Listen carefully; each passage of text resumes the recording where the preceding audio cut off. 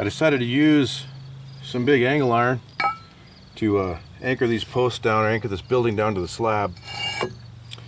And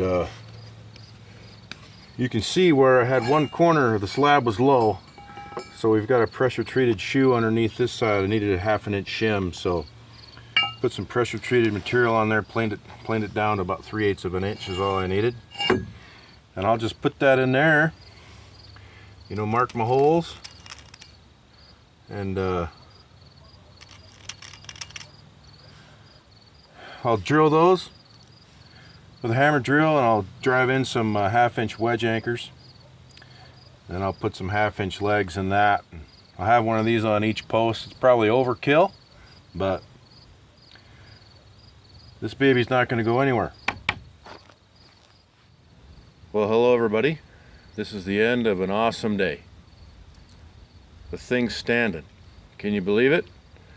We got it in the air. We didn't tip it over. It didn't crash down the other way. It was all good. My father-in-law came up and helped me.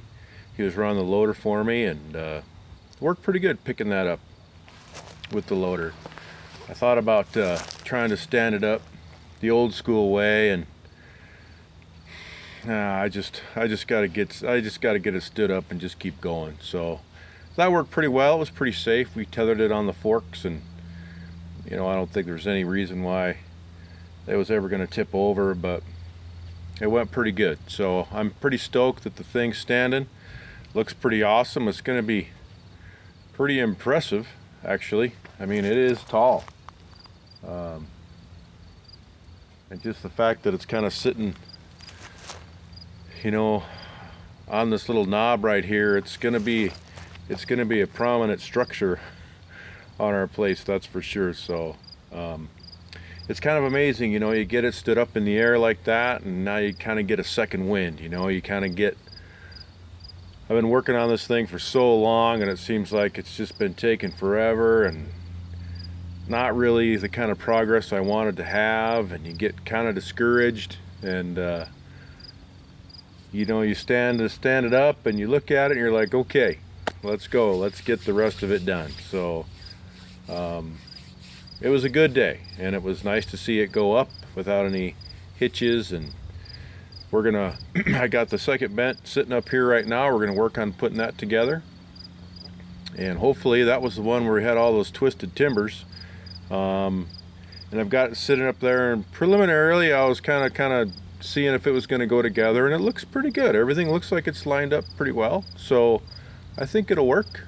We'll kind of get it all fine-tuned and fit together and get her pegged, and man, with any luck we can stand it up too.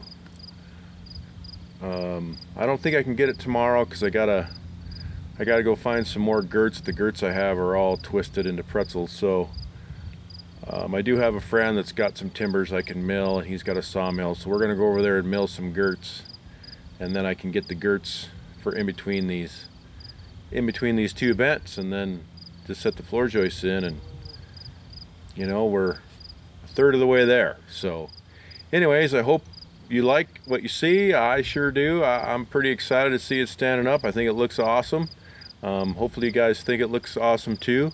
As always, I really appreciate you guys taking the time out of your day to tune in, and hopefully you kind of learned something on this video on kind of what it takes to stand one of these things up and get it braced in place.